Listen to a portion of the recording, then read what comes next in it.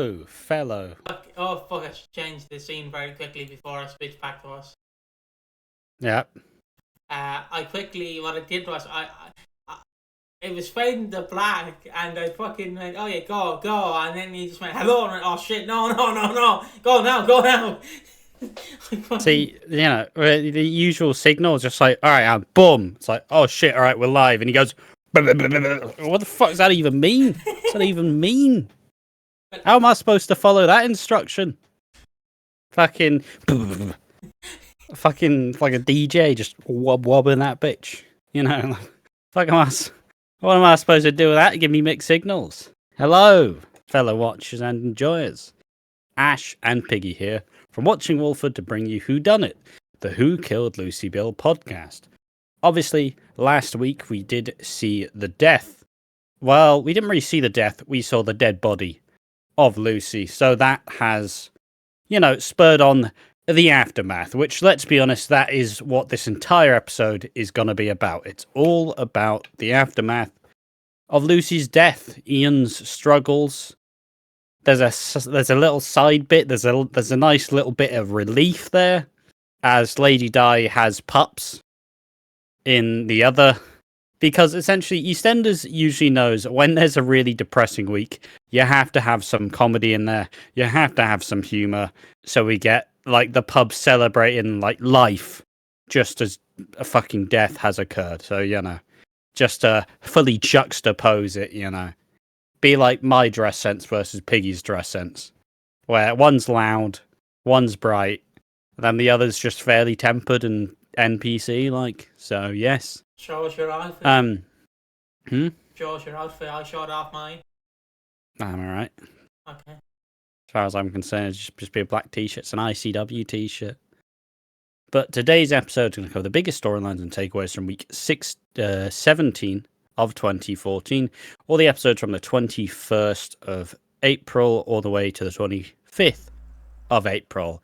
This just happening after Easter weekend. This was, obviously, Lucy died on the Friday, and then this is the day after of them realizing exactly what happened. So yeah, the two sub-stories for this one, the two stories will be, obviously, Lady Di having the pups, and, of course, the aftermath of Lucy's death. And I suppose we'll likely kind of not make it as depressing as it is. We'll probably get some jokes in there, but for the most part, it's a pretty dour episode. It's a pretty dour week, as to be expected, really. Someone has just died, and it's tore a family to shreds. So, just preparations for everyone watching. Probably this is going to be very heavy on the details, and probably not as full on with all the humor. So yeah, is there anything else to do before we just head straight into the topics? I don't know. I switched to the both of us before I switch back to you. I guess just very quickly, how are you doing? Yeah, I'm alright.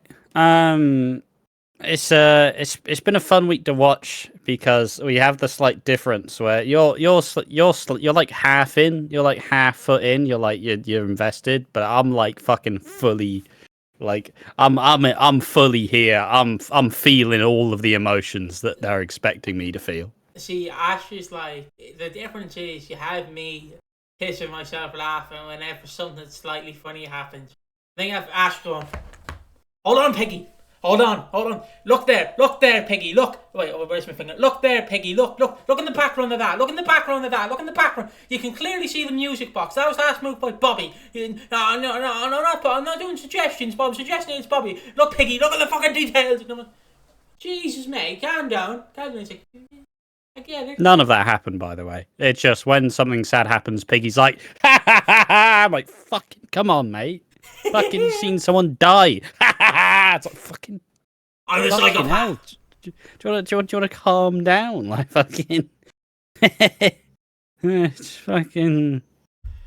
Yeah, but yeah, like I'm getting moved by all the scenes, and Piggy's just giggling because there's some iconic lines happening. Like he said, he said he's got nothing left. Nothing left. That's, oh, fucking hell, come on. I don't know what would be worse, my laugh or having Jimmy Carr, like, laugh going, ha, ha, ha, ha, ha, Nothing wrong with the laugh. Or Jimmy Fallon's fake laugh, where he just laughs at everything. Jimmy, I shat myself. Okay, Jimmy. Not that funny. I don't know why you just hate Jimmy Carr for some reason. No, Jimmy Fallon, I said. Oh, Jimmy Fallon. Oh, yeah. Him laughing at everything is annoying as fuck. Yeah, you could literally be like, my grand It's just like, it's just stop fucking laughing at everything for fuck's sake. Like the example I can give is like a celebrity would be like, so is Jimmy Fallon would be like, so what inspires you to do Fast and Furious 11? And then the actor would be like, so my grand died, and then he'd be like, and then. So what you're saying is you are the Jimmy Fallon of Watching Walford. Yeah. Ultimately unlikable, bit obnoxious, gets old after a while. Exactly. Oh, yeah. Scott probably. Scott. Yeah, exactly. But yeah, that all aside, you're doing all right, yeah. Yeah, I'm doing good. I'm dressed like a flower bed again. I came for the occasion that Lucy is dead. Like, could you? Like, I'm just imagining us in universe going to this funeral. Like, you know, everyone's in suits, but if we had to go like as the clothes we're wearing as she's dead, she's fucking walking in with flower beds, like. And Ash is just walking in an ICW shirt, like, oh, I see Dove. Why go crazy when you can be insane? But let's talk about the EastEnders. Built it up and then tempered the expectation. Like, oh, it's gonna get hype. Nah, turn it back down. But yeah, let's talk about the bit of light entertainment, I guess. The Carters they're preparing for the snooker final, this being a big thing as Nancy wants to prove that she's better than Lee, as there's always been a decent chunk. I mean, Nancy looks at Lee and probably wants to live the life he has. She'd probably rather have been a bloke, probably have rather been able to go into the army, and doesn't want to like be in the shadow, I guess, which is, you know, what the eldest like what the middle child does for the most part. It's like, I want to be better than them, but and I want to be, you know. So she planned the whole snooker tournament. That goes on. The start, Stan is grumpy because it's Stan. He is grumpy. He's an old man. He's just a ratchety old bastard. It's Easter and he has to deal with Aunt Babe. I love their interactions. I do indeed. They are fantastic. So the snooker competition goes underway. Terry and Alfie mind game Billy and Ian. I combine the names. They take the piss out of Billy and he bottles it, so he loses nerve. So they're into the final. But in the semis, it's Lee and Dex versus. Lee and Nancy versus Lee and Mick. Yeah, there we are. So Lee decides to throw it. No. And Nancy. No. Lee does a bum shot, and then Nancy says, "Fuck this! I'm not having your fucking charity," and then throws it anyways. Yeah, and then they throw it at the end, and Alfie and Terry win. Yeah, like it goes to the final shot. Mick and Lee, Terry and Alfie. Mick overshoots it, pots the white in the net. Alfie and Terry win. They get the cup, and then they're victorious. And then they're like, yeah. And then Mick's like, first rule of being a landlord: don't beat your punters. And then Alfie and Terry go, drinks are on us, yeah. And you just see him like take a big whiskey. And say, yep, fucking nail that shit. I mean, I don't know if he's growing on you. I'll switch to the two of us. I don't know if he's growing on you, but Mick, he's growing on me. I've already professed my love for him. Like, I don't know what else. I don't know where else you want it to grow. I feel like I'm gonna be calling him Daddy Mick soon. Like, I've unapologetically put his name as to one of my favorite EastEnders characters ever. So I don't fucking care. I'm fully in. I love him. He's great. Daddy Mick. And so, yeah. Later on, Peter gets apologized to by Lee, and Peter's like, I'm not my dad. It's fine. We can get past it.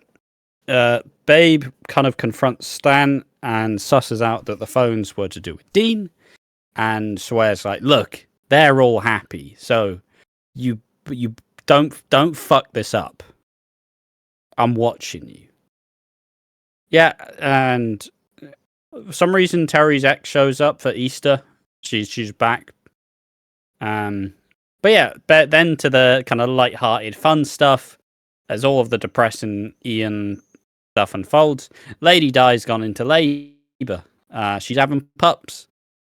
And it is a nice bit of comic relief to see Mick and Shirley kind of like their heart like crumbles. You're like, oh, like little adorable Lady Di puppies. Just their heart just melts. Hot lips. Yeah, all hot lips. The Vic, and the Vic are all like toasting the pups. Like, yeah, rum if it's a boy. Whiskey if it's a girl. I don't know, whatever, insert whatever drink they fucking did. But they unfortunately the runt of the litter, the little girl pup hasn't made it, and Phil hears this and fucking storms up there and just says, give me the pup, give me the fucking pup, and then he starts like doing CPR on the pup and clears the airwaves. So Phil just saves this puppy's life. I fucking need. And Shirley's heart melts for Phil again, twice in about 5 minutes. Whenever I see like a erotic, is that the word? Heroic. Whenever I see a heroic fucking moment of EastEnders, I just think of the Foo Fighters My Hero music video. Like, I just like to imagine he's fucking pushing the doors out, running up the stairs, and then My Hero's just blasting like, there goes my... Some would say it's a cliche. Yeah, it is. It is. It definitely absolute is. Fucking... I don't know. In your world, does when someone have a baby, it plays like fucking... I don't have the good song to fucking finish this joke off. Have you ever the most cliche of things possible? I also think of the scene. I forget. I believe Dwayne Johnson and fucking Samuel L. Jackson are in it. But have you ever seen the scene of the two cops going aim for the bushes? They just jump off the building and kill themselves. I also that scene. I like that scene as well. That's the scene I associate with Abby and Lauren and Max falling off the roof. Aim for the bushes. There's no bushes. I don't know. I don't know how you even exist, mate. I can't lie. Each time you talk, I get questions.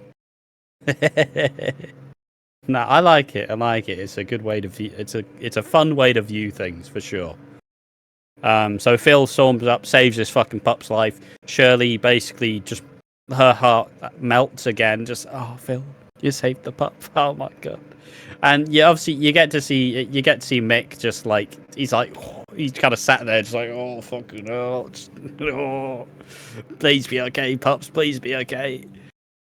And you have Shirley just bursting into tears as they see the baby boy. It's gold, love it. And then I had to deliver kittens before. Have you? Yeah, because this cat that my cousin had, she threw up her placenta, I believe, or something like that. She threw up, and then I basically I seen this cat give birth to kittens, and she had the placenta. So yeah, it was something. I tell you that much. Fair enough. Yeah. Fair. I thought there was going to be more to it. Any questions, folks? Any questions from the back before I switch back to Ash? No. No. It's the old Piggy it's the old Piggy storytelling. Yeah, so I helped deliver kittens. Yeah, so this cat was given birth and I helped deliver kitten. Yeah, got it. It's just emphasize the point and scene.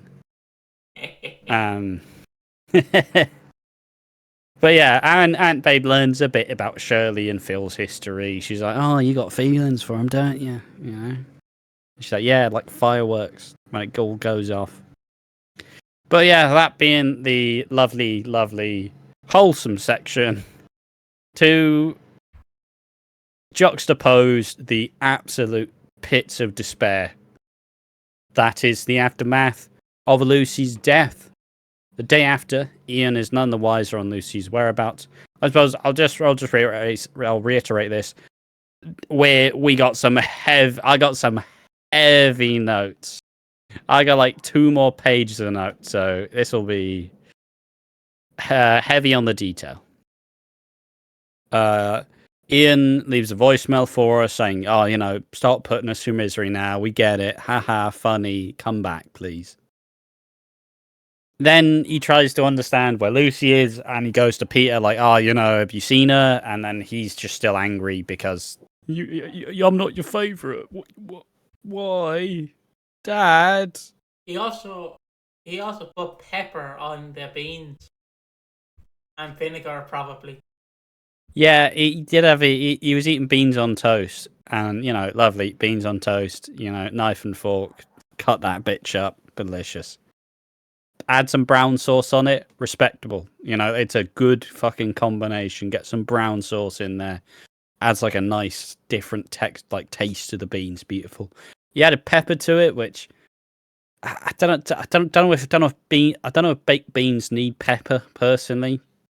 And also apparently had vinegar at the table, and where are you putting that then? You just run out of cups, like, fuck it, oh, starts glugging it. What is the suitable beans and toast for you? White bread, brown bread, what beans? Come on, lay the table out for us. I mean, Heinz beans, right? Any beans. I don't really have a preference of beans. Like, do you like curry? Two bits, white bread. Do you not like curry beans or kidney beans? Nah, never really had either. I'm just a standard beans man. I want to try jelly beans for some reason. Yeah. You see me next episode just eating a can of chili beans. Just eating them wrong. Oh yeah, I used to eat. I have beans raw sometimes. Yeah, but I mean, what, like baked beans? Yeah, baked beans. Okay, well that's not really raw, but yeah. Cold. I get what you're saying there. I had them. Yeah, well, like you're sat there with the fucking can open, just. Yeah, I'll show you. I'll just switch to me. I would hold the. And here's this beans can I ate earlier. I would hold the can basically, and I'd basically like just fucking. Yeah. That's why I like how you have to describe how one would eat beans from a can. Yeah. As if you can't fucking use 2 and 2 and just piece it together. Like fucking. Thank you for the demonstration. Look. You gotta the fucking. What's the word I'm looking for? You gotta lighten the mood. This is a very depressing podcast. So, you know. Yes, and everybody's howling at you describing how you eat cold beans from the can. Yeah, everyone, the crowd is going wild right now. They're like, holy shit, I didn't know how this worked. Holy shit. But no, just two bits of toast, decent bit of butter, beans on top, get some brown sauce mixed in there. Beautiful stuff. Don't really add more. If I'd do it, I'd add a fried egg. Had an option. Pretty good. Very tasty. Get that fucking runny yolk, sunny side up. Beautiful stuff. I'd assume you like a full English as well. Yeah. Yeah. Who doesn't? Yeah. Do you like beans for your full? We've eaten a full English together. Oh yeah. Do you like with beans or with chips? No, chips. I mean for fries for Americans. We don't really. The full English doesn't really do chips. with the full English. Over here, one of my local restaurants or cafes, the fucking the chips with their full English or full Irish. So I mean, it sounds good. Like I would have it, but no, it's just because you don't I don't know why this is where we're going with this, but fuck it. Because on a full English, you don't really have that like stodgy, starchy like food, right?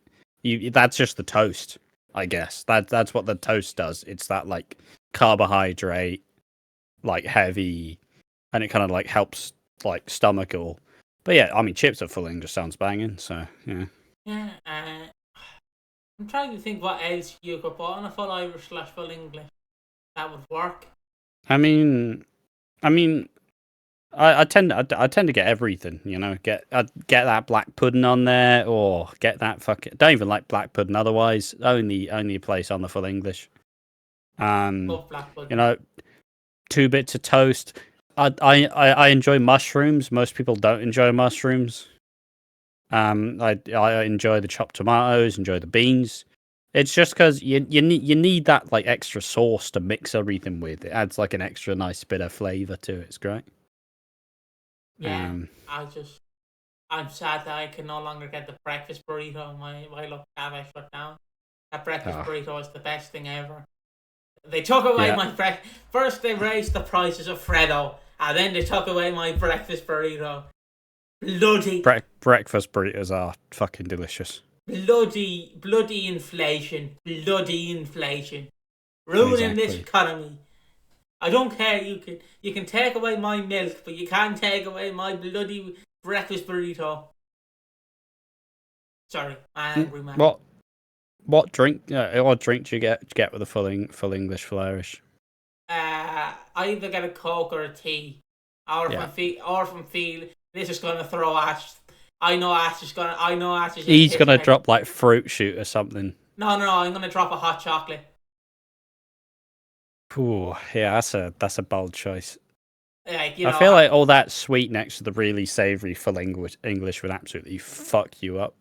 See, you say that, but like again, we can talk about this. But again, you say that I had some chili like fucking chicken bits from KFC, and then I had one of those like what were the deep fried apple pie crumbs, like where we were in our town. Yeah. And then like had a full fucking burger, and my stomach was fine. Like yeah. I'm thinking in comparison, if it was you'd be like, oh fuck, I need to be on the shitter, lads. I can't move. I mean, yeah, I used to eat fucking ghost peppers, so I've got an iron stomach, me. We're gonna eat a ghost pepper at 5 million subscribers. Get us there. Fucking easy. We'll never hit it. So you'd be spewing. I think I'm glad I have a toilet right beside me, so I'm fine. But yeah, there we are. That's the food conversation, a regular on the podcast. Then again, I'm currently eating healthy, so no full English is in my future. Wait till we go to Wembley, brother. I'm fucking.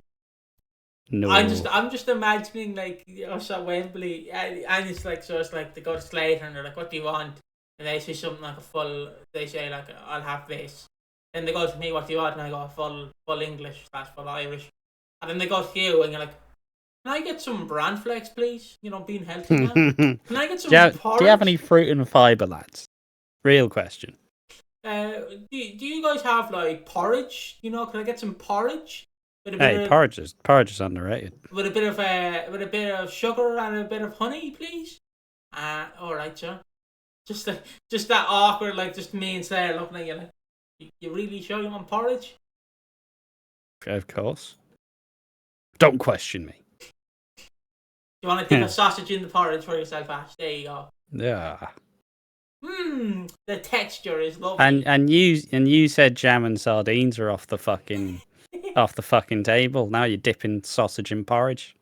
You gotta try it once, man. Alright, so back to the EastEnders though. The day after, Ian has no fucking clue. Yeah, he says stop putting us through the ringer. Then tries to understand where Lucy is, and Peter's still upset with him. Jane is excited about booking at the restaurant, and this puts his mind at rest. Jane isn't too worried about Lucy and tries to help him chill the fuck out. Jane then convinces Peter that this aggro isn't worth it, so just help us out, Peter. Come on, just don't make us fucking deal with this alone.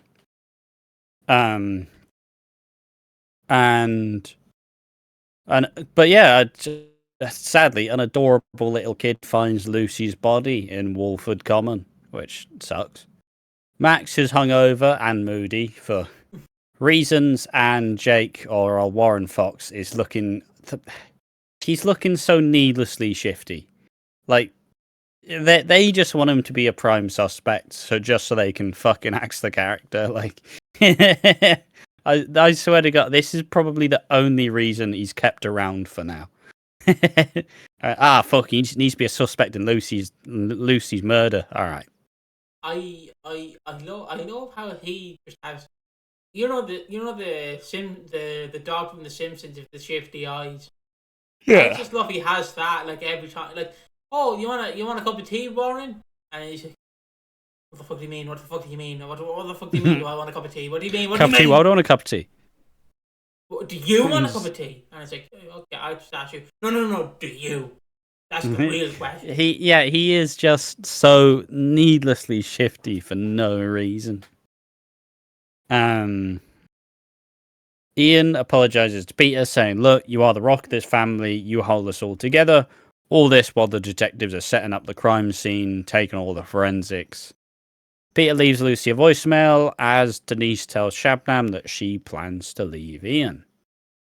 The family is at the restaurant eating, testing all the meals, and they plan to wait for the twins, but they can't. Ian finds Peter, yells at him for drinking when they're supposed to be a family, and Ian gets thrown out of the Vic. Ian then opens up to Denise about the problems with Lucy as she wants to have a big talk, but he nearly breaks down when she asks him about it. He then asks about Denise's trip to Oxford, but they just opt to go for the food anyways. But he finds himself heading to try and find Lucy and see if Lauren knows, and as the police pull up and knock on the Beale's door. We get introduced to D.I. Emma Summerhays. She sticks around for pretty much. I don't know if it's the duration of this case, but she will be a regular for the next year or so. What with the Northern Irish guy? The sexy Northern Irish guy. I don't know. The one problem is I can't. The only thing I want to hear in that accent, from a Northern Irish guy, is "There's a bomb in me car." That's all I want to hear. Look out! Reasonable. Look out, Mr. President! There's a bomb in me car. No, don't press the button. In a video game. Of course, Belfast is a safe place, folks. Of course, it's a very safe place. Don't you worry. See, if I said that, I'd be getting wrecked. But Piggy is Irish, so he's allowed to make the jokes. You're allowed to make the joke. I don't think any Northern I'm Irish. alright, mate. I don't think any. Alright. I don't think any Northern Irish guy's gonna come find you, mate. They can't find their own way out of fucking Northern Ireland. I don't think they can travel around fucking Wales. The feud runs deep. It's like people go, "Are you Catholic or are you Protestant?" And I go, "Which one will get me to heaven? Which one will get me to hell?" It's like me secretly cheering for England to get knocked out of the World Cup because Wales aren't there. Fuck you. Oh, I gotta switch to me for a second because I have a fucking funny story about that. So when my uncle rang my dad and he's like, "Alright, you watched the game, the England match?" Dad goes, "Yeah," and he goes, "No, one thing, Piggy's dad, I want you to do. When England plays, don't forget to do one thing." And my dad goes, "What do you want?" "Turn the fucking volume off and the English national anthem is being played." You're a true paddy if you do that. You're a true paddy. And then obviously my dad just taking the piss out of me about Scotland because he's like, tell Slater, they're shit. I'm like, I don't want to upset them. Just tell them they're shit. Get a better football team. Just fucking anytime Scotland's playing and doing shit, it's like, get Slater on the phone. They're doing shit. They can't win fucking anything. Fuck me. I mean, Wales and Ireland didn't even qualify, so get fucked. Oh look, but we have a perfect excuse. We were drinking. So yeah. Yeah, not the Scottish though. They're not busy drinking. No, they were just trying to get their independence that they couldn't get because the British government doesn't want them to get their independence for some reason. Classic Scotland. We're gonna get our independence. Oh wait, hold on. Just one last joke. I like to imagine Rishi Sunak's like, okay, Scotland, you can get your independence. Oh wait, I can. You have to win the Euros, and they're like, oh, fuck. And then Germany walks. What the hell? It's fucking. The Germany football team walk in, and they're like, we're not facing Germany, are we? And they're like, yeah, we're fucked. We're fucked. Hydrogen bomb versus coughing baby. Germany versus Scotland at the Euros. 5-1. Get fucked. That's a throwback to the probably last WHODUNNIT. Anyways, back on track though. As one door closes, another opens as the police tell Ian that Lucy's body has been found in Walford Common. Ian struggles to process this information and goes into shock. And you slowly see Ian just fucking break and have his entire world has just crumbled right in front of him. He asks them what happened, and they tell him it may have been a robbery, and yeah, she was found at the Common. He wants to see it, but they advise strongly against it. He persists, but they're kind of they don't really want it to happen, but they'll try. Yeah, so many questions, Was she hurt? Was she dressed? Was she there all night? And Ian also decides that he doesn't want to see anyone, as they arrange for him to be able to see the body. As Jane and Denise investigate where Ian is, they find a police card on the table. He tells them to stick around and he'll be back in a bit. Not giving any illusion of how fucking horrific the news is that he's going to have to tell them. Ian breaks down after seeing Lucy dead in the mortuary. Is that it, right? Yeah, but the Irish lad was saying something weird. I know it's the morgue, but the mortuary probably. I don't know what I fucking couldn't tell you, mate. It's mortuary works ish. I don't know. Mortuary. The fuck. I think it was mortuary. Because you had to be posh, since you're in Walford. Exactly. Yeah. The morticianary, You just wanted to sound more Irish. The morticianary. Do your normal voice, mate. I mean, you're not Northern Irish, but I can't do a Northern Irish voice because I'm from Kildare. I'm fucking from Farmerland in comparison. I'm near the farms. Me too, mate. Me too. But moving forward, Jane and Denise think it can't be too bad, and then they find Ian slumped outside the front door. He breaks down in front of them and explains that Lucy's died. I suppose also notice how Jane is sat with Ian whilst Denise is kind of already on the outs. Like Jane sat there pretty much ready to hold his arm, like that's all right. Whereas Denise is kind of like, yeah, I'm nowhere near any of you. Fuck this, don't want to be it. He then needs to know where the kids are, and he wants, let's tell Cindy and Bobby first, and we'll go from there. Jane keeps it together, but breaks down when she's alone. And as the Queen Vic are celebrating and toasting the pup's arrival, it's a very stark contrast to how fucking sad it is. And especially when Ian enters the pub, like, face just fucking absolutely mortified. And everybody's like, yeah! And they just all see Ian just his entire face just wants to fucking be gone. I don't know why, but I'm just finding this funny in hindsight because you're telling me about this, and I'm listening to the American Hi-Fi. I think it's Hi-Fi debut album. So fucking another perfect day has just come on. I'm like, this can't be more timing. And So yeah, Ian then remembers when Lucy was born and how he immediately loved her. He explains how he thought telling them that Cindy had died was the worst thing he'd ever have to do. And then he tells Bobby and Cindy, and they don't show it explicitly because they're obviously building to when he's going to tell Peter, the twin. So we hear it behind a closed door as Denise is kind of upset and ready to just She just wants to fucking leave, but she can't. She's just trapped now. Like, she feels bad and it's horrific, but she's just kind of like, why the fuck am I still here, though? If only I was going to break up with him yesterday. Yeah, and then we get the scene where Ian gets Peter from the Queen Vic, and he grabs his hand, silent. He's trying to stomach the tears. His fucking face just absolutely wrecked. Trying to hold back the tears, just really solemn.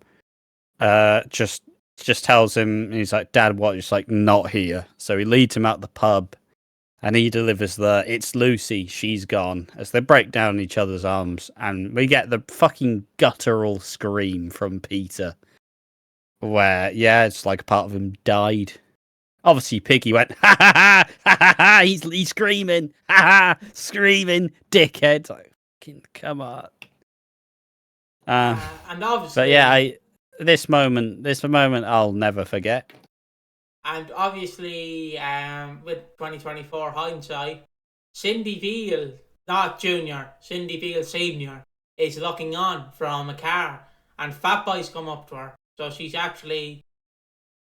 So that's so like Cindy was here. I had some extra stuff, so yeah. Obviously, in 2023, when they brought Cindy Beale back from the dead, they revealed that she was under witness protection. She was living in Marbella, in Spain, with a man called George Knight and her 2 kids, Gina, named after her sister, and Anna. And she broke from a witness protection to make her way back to Walford that night. And she specifically sees this scene where Ian and Peter are just inconsolable, crying in each other's arms. She ran into Fat Boy, who obviously didn't know who she was, and thus breaking her witness protection, and then she kind of just had to, just fuck off at that point. She had to find a new place to go. So in having to know what happened to Lucy, it then resulted in her new family, she also had to abandon. So, yeah. It's, how I can describe it, it's basically like she left her family to go find her original family, but couldn't find it because she couldn't go near them.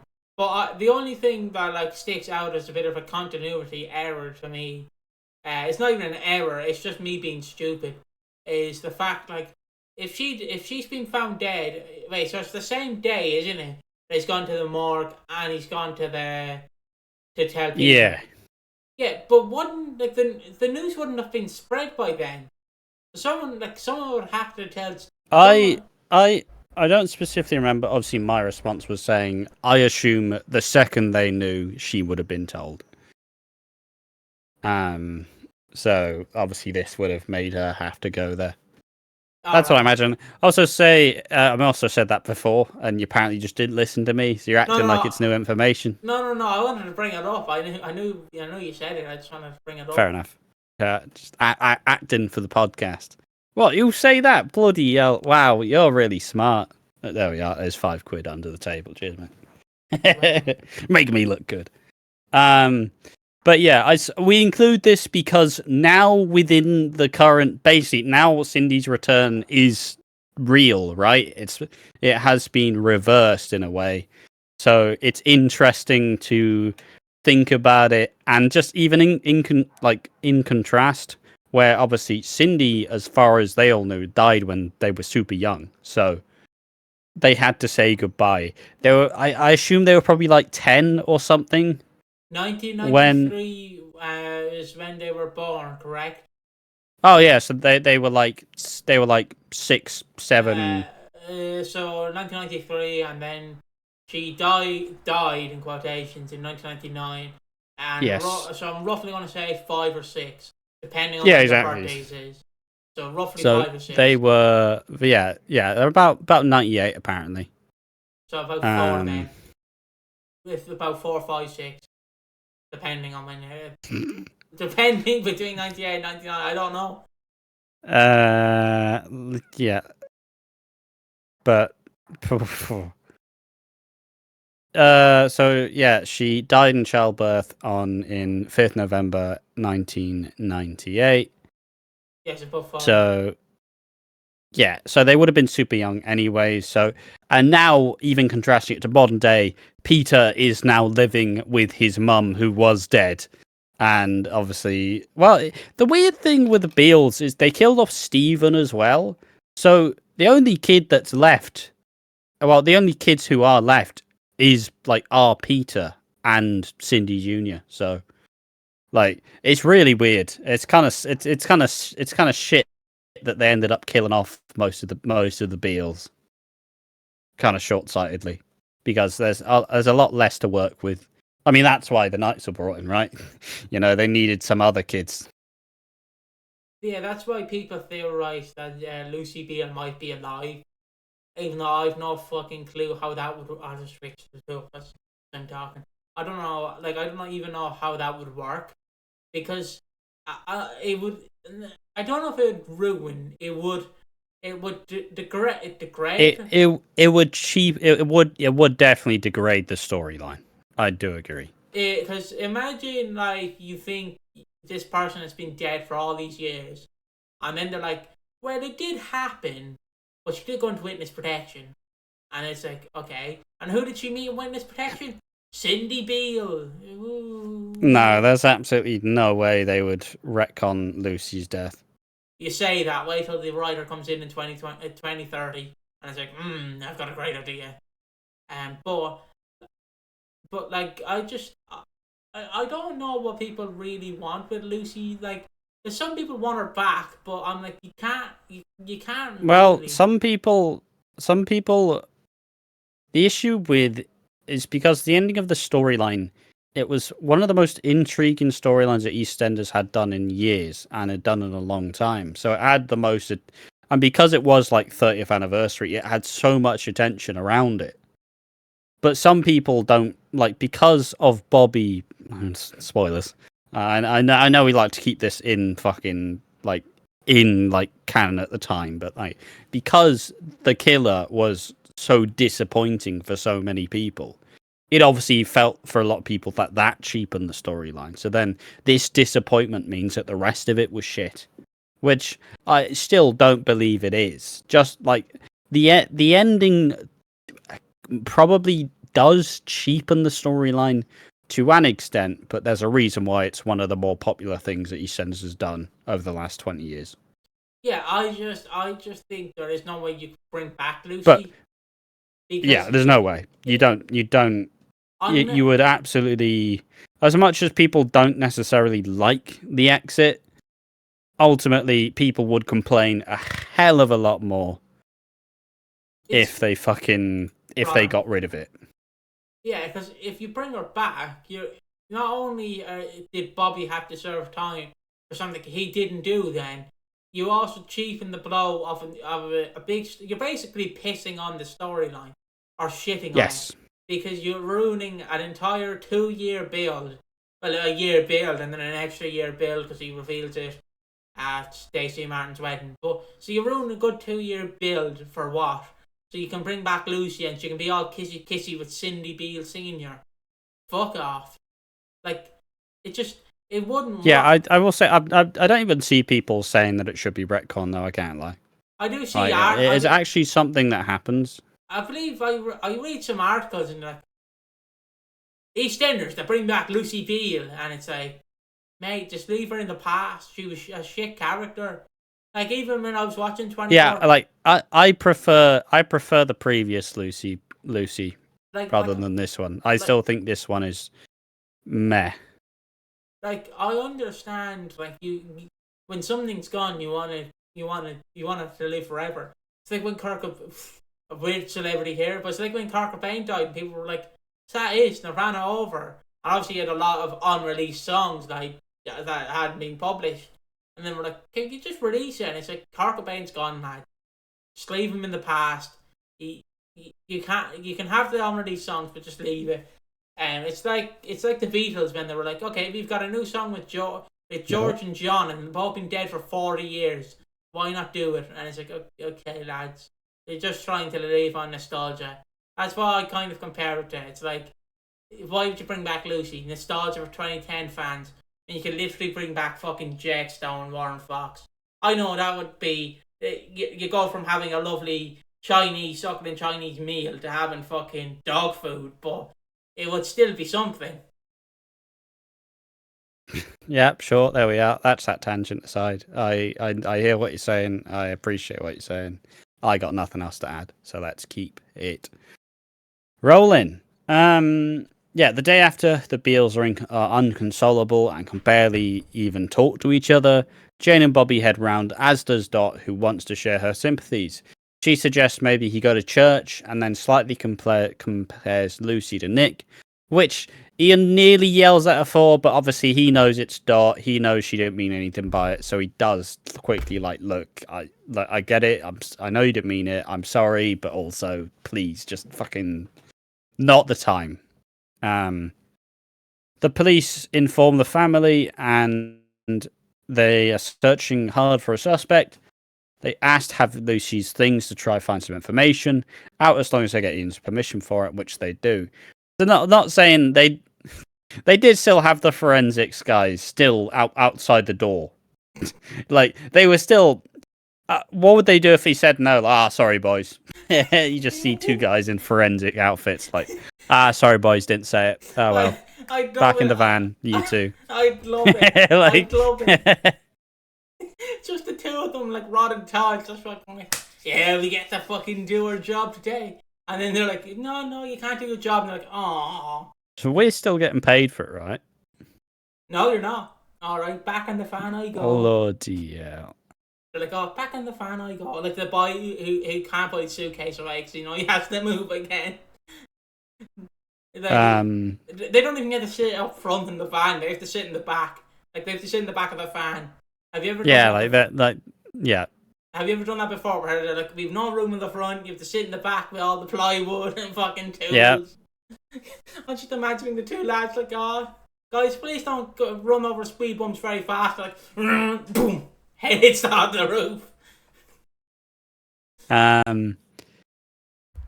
So, and the police, Jane inspires Peter to not run out, and they want to stick together. They piece together the events, her seeing Lee, her going off to work, and her doing coke. And the argument, Cindy explains how the coke wasn't a one-off, while Summer Hayes asks Peter if Lucy had any enemies. They has to take DNA samples off everyone, but Peter specifically wants to know if Lucy suffered. Jane tells her niece that it's up to them to keep everything together, while Lauren explains that she was going to call Peter, but he never, Lauren explains that Lucy was going to call Peter, but she never made it to the party. Peter wants Lauren to help him get away, but Lauren kind of makes him see that, look, running away at this time isn't the answer. Mm-hmm. Ian gets annoyed. Anything on that? No, I just nodded along. All right. Ian gets annoyed at Cindy for mentioning her coke use because he doesn't want people thinking about it that way. But she calls him out, though, explaining he wasn't asked. When he gave his alibi saying he was at the restaurant all night, when Cindy says, no, you fucking weren't. I went there to look for you. You weren't there. So Peter explains with Lauren how even when he wasn't with Lucy, he knew something was wrong. He reminisced about the time with Cindy and Stephen, but he didn't feel bad because he knew Lucy was there. And Ian then just snaps when Cindy grabs Lucy's jumper and just throws her out the fucking house. Throw your fucking... I get that... Also, one thing. Is Cindy David Wicks's daughter? Because if he is, who is her dad? No, it's Nick Holland. No, never mind. I was gonna say, if he is, he's not a particularly good dad. But no, he's not. It was another man that Cindy slept with instead of Ian. Classic Cindy. But yeah, so Cindy, Ian just fucking throws out his like 15-year-old kid that's under his like guardianship that he's taking care of, who is pregnant, all just because she probably wanted to hold Lucy's like jumper and maybe like give it a smell and just like, you know, feel like home, I guess. But he fucking throws her out on the fucking street. Like, obviously, I get it. He's struggling with grief and he doesn't know what to do for the best. But he just fucking lashes out and chucks her out the fucking house. It's ridiculous. You got anything on this? I just like, again, I switched to the two of us. I'm sorry if you people get annoyed by me calling out sickness. It's just so Ash can pay attention whenever I just go press 3, press 2, press 1. I know he doesn't, but I'm like, come on. Yeah, I don't do it anyways. Fuck you. I just called it out anyways. But why would you throw her out? All she did was go, fucking smells lovely, lads. Like, you know what I mean? Yeah. But also, I'm confused, right? Aren't they supposed to be taking all of Lucy's clothes? They're taking anything that may, you know, they're taking stuff for DNA samples, they're taking stuff for any like evidence, and all that sort of shit. Surely they should take her little jumper. Yeah, but they can't. They're not going to pick up everything.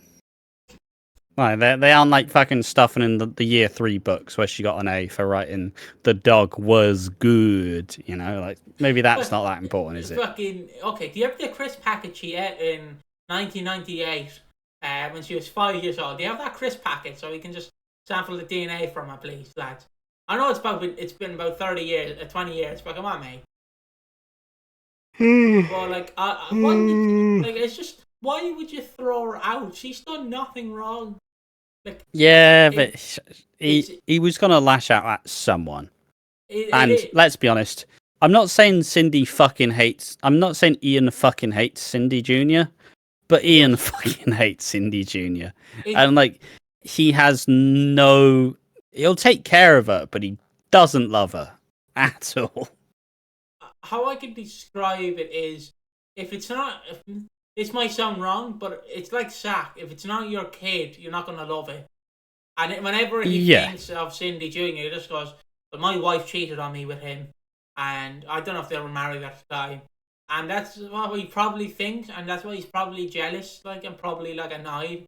But I'm like, Ian, you've lost a child who is Cindy's. You should appreciate Cindy Jr., because if not, she's going to grow up and hate you. I know a real dad could be around somewhere, but like, it's just like, come on, Ian. But also, yeah, grief does do weird things to you, like. Yeah, it's just Ian, be reasonable, but also he was gonna go after literally anyone. If anyone stood in his way, he would have just yelled at him as well. So I fucking love, like, him. He's just like, who made this cornflakes? Who made the cornflakes? Fucking sucks. You know, I made you a lovely bowl of cornflakes so you could have a lovely breakfast, you know, because you're sad. Who fucking made it? You put the milk in first, and not the cereal. Yeah, just literally any excuse he was going to pop off. So, yeah, he throws her out the fucking house. And then he phones someone saying that Cindy needs to be picked up. So he's like, yep, I'm fed up with her. Fuck off. I suppose... Oh, no, carry on. I like to imagine that fucking... what am I trying to think here? I like to imagine he fucking... Like, he stubs his toe. And then he goes, who stubbed my toe? Who stubbed my toe? Also, I love this orange light coming into me. I love that. Alright.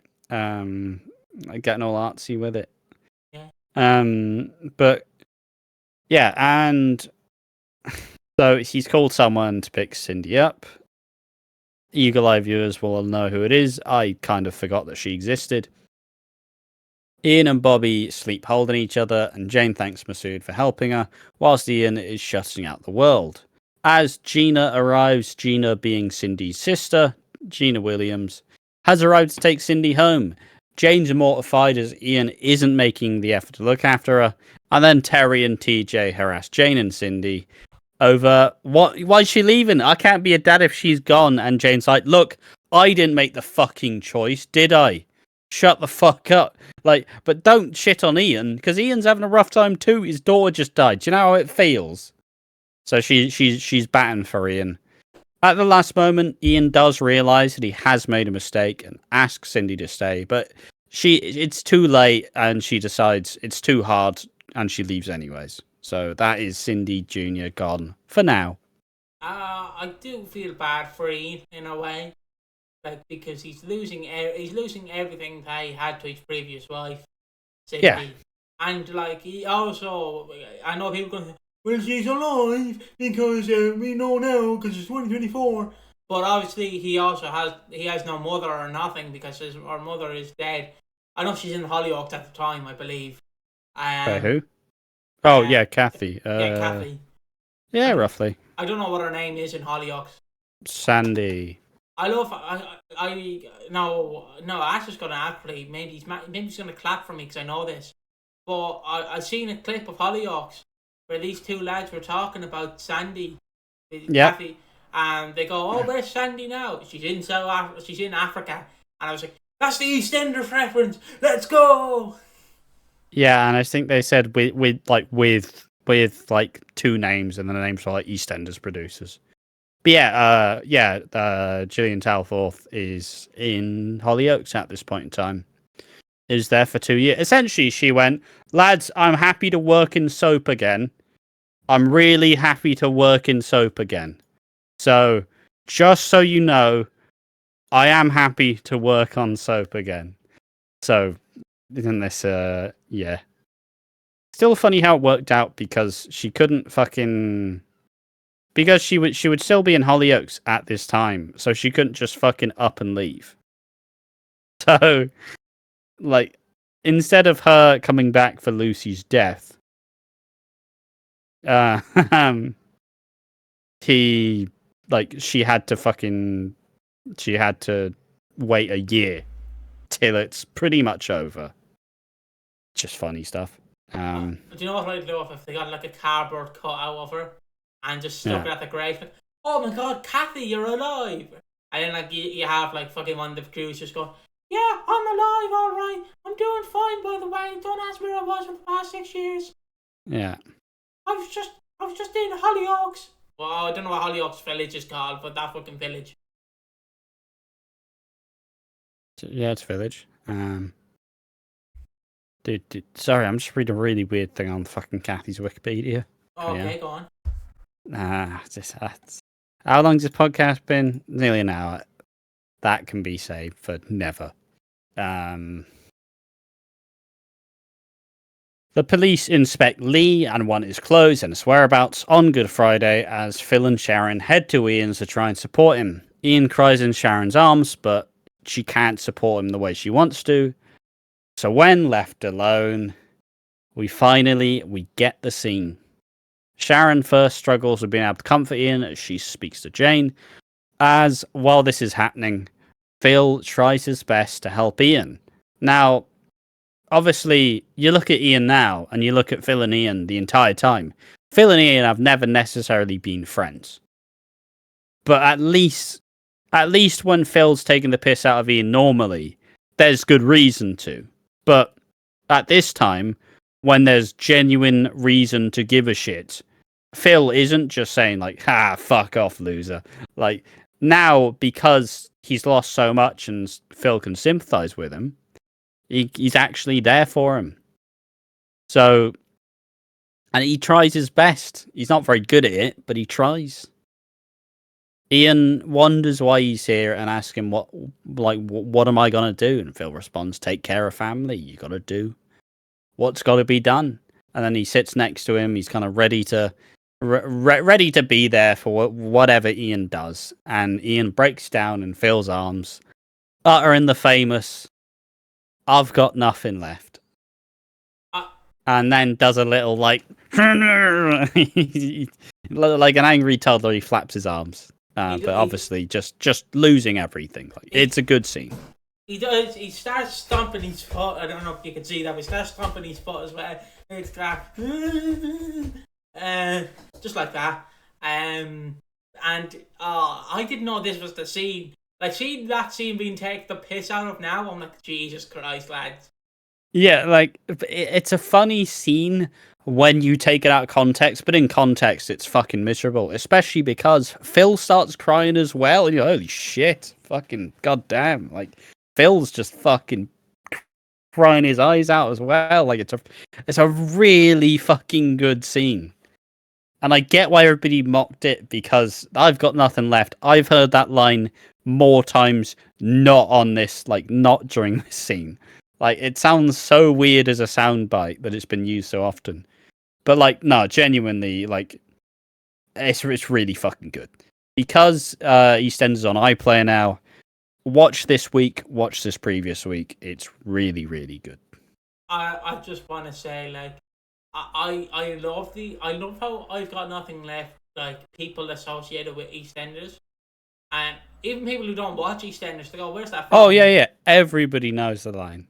Yeah, and I just love how marketable it's become for like independent sellers. Because you go on fucking Etsy, you're like, "Oh, I've got nothing left." Stickers, mugs, cups, fucking beer mats, coasters, fucking socks, and you're like, Jesus Christ, lads. EastEnders could make this money doing that merch. But I also think if they were doing merch, it would, like, obviously there'd be lines above it, but I feel like I've Got Nothing Left would be the number one requested. It'd be up there as the most requested merchandise of them. Like, imagine. I'll just bring this in for example. I just imagine like Sharon. Like there would be a lot of Sharon lines. Like you know those 80s t-shirts with like the big font. Yeah. And it'd be like, my son is in the kitchen eating a biscuit. It's like that's a fucking Sharon with some shades on or some shit. Like I'm just imagining a fucking Beale plushie, or like with a voice box. When you press it, it just says, "I've got nothing left." Like, and like you press it, you get a Sharon one. It says like, "Yeah, my son is in the kitchen eating a biscuit, cheese and pickle, bit basic." What's the other one she's known for? I don't remember. There's a lot of them. Or you get a Ben Mitchell one, and it just says, "You need slapping down." Go on, Ash, do the other one. Do the other one. No. Please. I need it. It's just that, what are you going to do to me? Mr. Johnson. It's fucking absolute god. I love Charlie Jones as Ben Mitchell. Everybody mocks him, but he's fucking fantastic. He plays such an innocent child so well.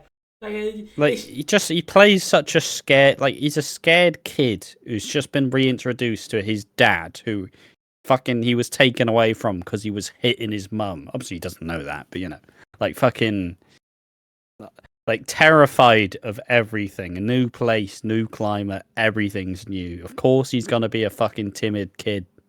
Do you know what he reminds me of? Charlie Jones as Ben Mitchell. He reminds me of Courage the Cowardly Dog. I thought you were gonna say Charlie Jones as Ben Mitchell reminds me of Charlie Jones as Ben Mitchell. Like banger! What a fantastic reference. Yeah, but doesn't he just remind you of Courage the Cowardly Dog? Like you interact with him, and you go, "Oh shit! What are you gonna do to me, Phil? Please, what are you gonna do?" And Phil's like, "I'm just giving you a hug, Ben," and Ben's like, "I'm scared, please." Yeah, I'm scared. But just wrapping this though.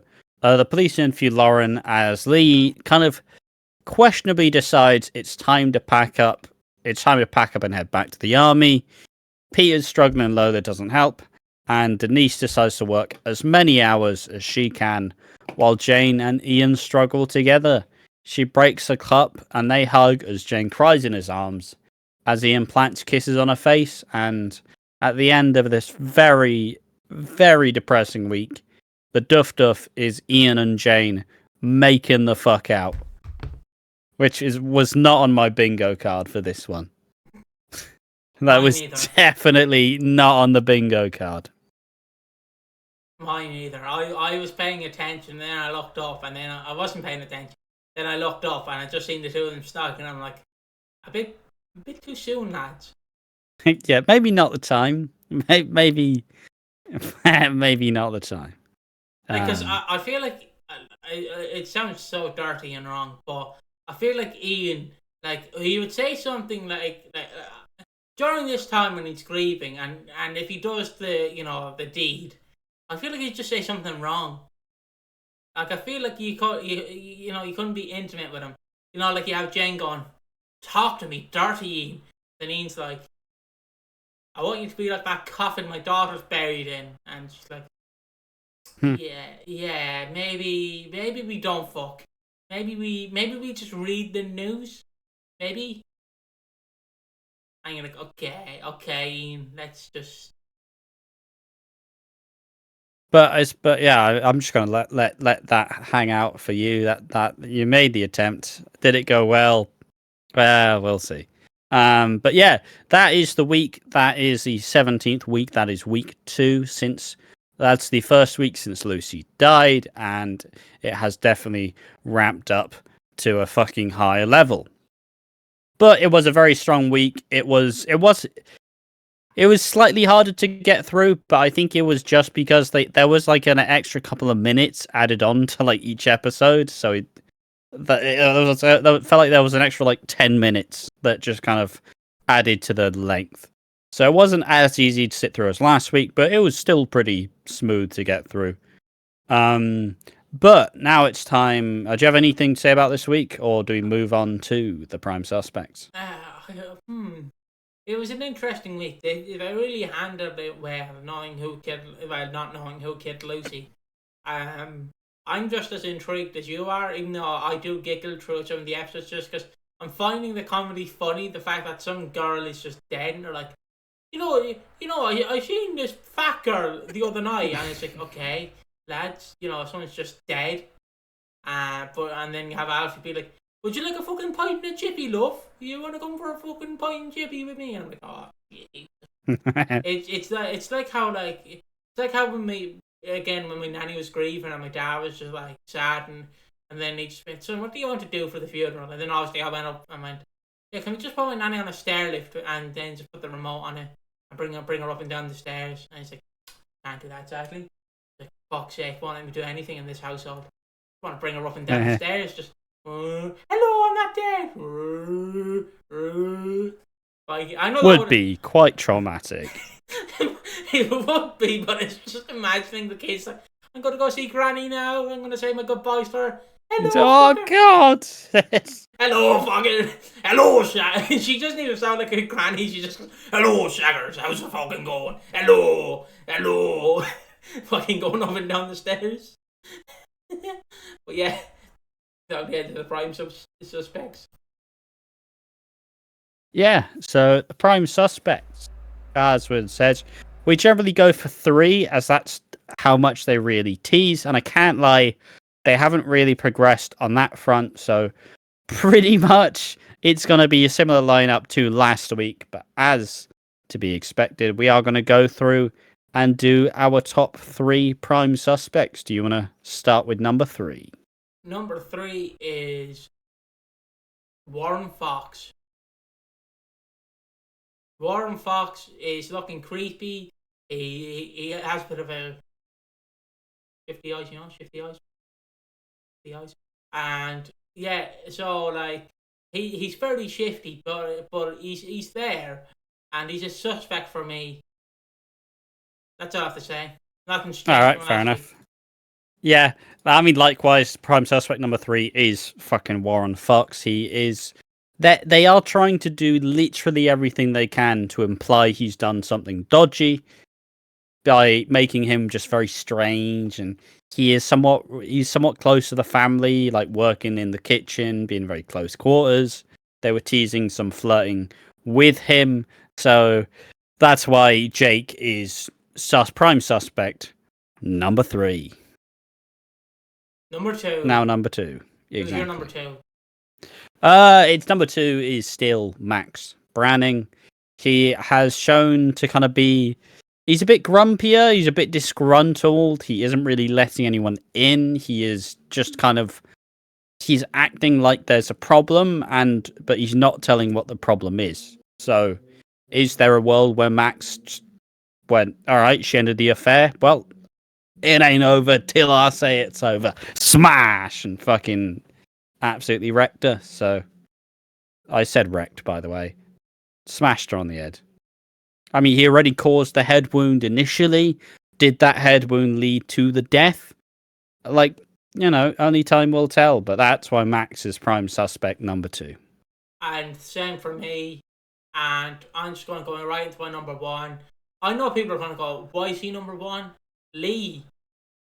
Yes. He's just fucked off to the army. Now, I know people are going to go, an army man doesn't kill. Yeah, meanwhile, they're out in the Middle East fucking bombing innocent homes because America told us to do it. Sorry, sorry, lads. Went on a tangent there. Yeah, I fucking hate the UK Army, by the way. Yeah, UK Army, why not?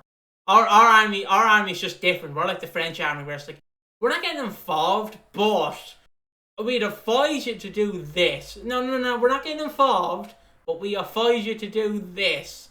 Because we're a very peaceful war. Like I always said, we wouldn't have survived World War II. We would have been killed instantly. One bomb hits us, the whole fucking country's wiped. But yeah, Lee's fucked up the war. He's on the run. But he's not on the run. He's going back to the army because his friends, just like my toilet after I had a curry, fucking blown to pieces. And fuck's sake, why's the music? Why is he made the joke about PTSD again? PTSD is like my toilet after I've had a taco bell. He's made that joke twice. Hasn't learned from the first time. And that's I mean, and now I have to lead on from it. My prime suspect number 1 is Lee as well. He is in the biggest firing line. There's reason to suspect. Nancy noticed that he wasn't at the party the entire night. There's a chance that he slipped out during it. So, it's not entirely certain. The day after, he's a bit sheepish where he was. He's kind of talking about both Lucy and Whitney. And then he's a bit upset. But he also does decide to go back to the army very suddenly. And it is just a bit suspicious that he's trying to leave as soon as any suspicion is pointed at him. The police do take a DNA swab, and Linda also washed his stuff. So, yeah, it's they are making him look like the biggest suspect this week. But there we are. Those are the prime suspects. Tell us who your prime suspects are in the comment section. Elaborate on it if you want. But with all that being said, this has been WHODUNNIT episode 17. This has been the 17th episode of the Who Killed Lucy Beale podcast. It did take us a while to get here, but now we're here. Now we have a bit more of a focus rather than just meandering about doing fuck all. So it's been fun to get here. It's exciting to see how it unfolds. All the emotional stuff is hitting for me personally. I think it's all been quite strong, and it is like, you can tell why people were so intrigued at the time, because there's a lot of really good shit.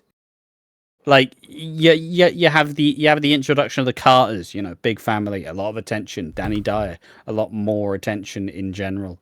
And then you have this big Beale story where the Beales have been a fucking main pillar of the show since the show started. So, like I said, really good stuff. And if you haven't been watching along with us, I definitely suggest you do, because it is getting very interesting. Have anything else to add? No, I think it's time to say goodbye. Top shaggers, top lovers, top breeders. Ooh, yeah, let's fucking see you in the next one. Lads.